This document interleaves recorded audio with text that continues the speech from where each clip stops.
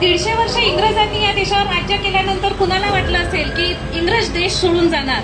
खूप negative energy पण होती की कसे काय हा लढा योग्य होणार की नाही, न्याय मिळणार की नाही. पण इंग्रजांना सुद्धा हा देश सोडून जावा लागला. का?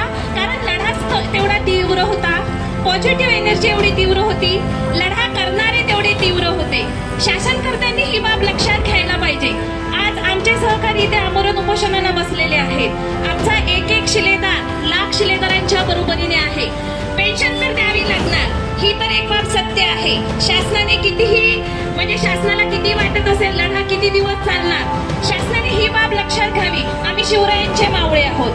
ज्या काळामध्ये स्वराज्याचं स्वप्न पाहणं ही पाप समजलं जायचं किंवा स्वराज्याचं स्वप्न पाहणं हा मूर्खपणा समजलं जायचं, त्या काळी जिजाऊंनी स्वप्न पाहिलं की स्वराज्य आपल्याला हवं आहे आणि स्वराज्याचं स्वप्न त्यांनी त्यांचं बाळ पोटात असताना पाहिलं. आणि जेव्हा ते शिवरायांच्या रूपात ते बाळ बाहेर आलं तेव्हा त्या शिवरायांनी स्वराज्य स्थापन करून दाखवलं. तर या शासनाने हे लक्षात घेतलं पाहिजे की हे शिवरायांचे मावळे आहे. आपण कितीही हुकुमशाही गाजवली, आपण कितीही काहीही केलं तरी इथे बसलेले शिवरायांचे मावळे, इथे बसलेल्या जिजाऊंच्या लेकी पेन्शन घेतल्याशिवाय सोडणार नाही. आमचा जो हा लढा आहे, आमचा लढा जोपर्यंत आम्हाला पेन्शन मिळत नाही तोपर्यंत सुरू राहणारच.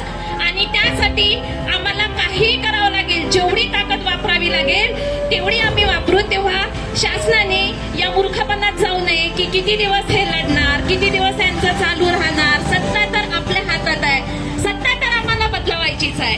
सत्ता आम्हाला बदलवायची आहे. ओट फॉर ओपीएस, जो आम्हाला पेन्शन देईल, ज्याच्या जाहीरनाम्यामध्ये पेन्शनचा विषय राहणार त्यांनाच आम्ही वोट देणार. आणि हे नक्की, आणि आम्ही बदलवू, हा आमचा 100% निर्धार आहे. इथे बसलेल्या उपोषणकर्त्यांना माझ्या शुभेच्छा. आणि आपलं श्रम कधीही वाया जाणार नाही.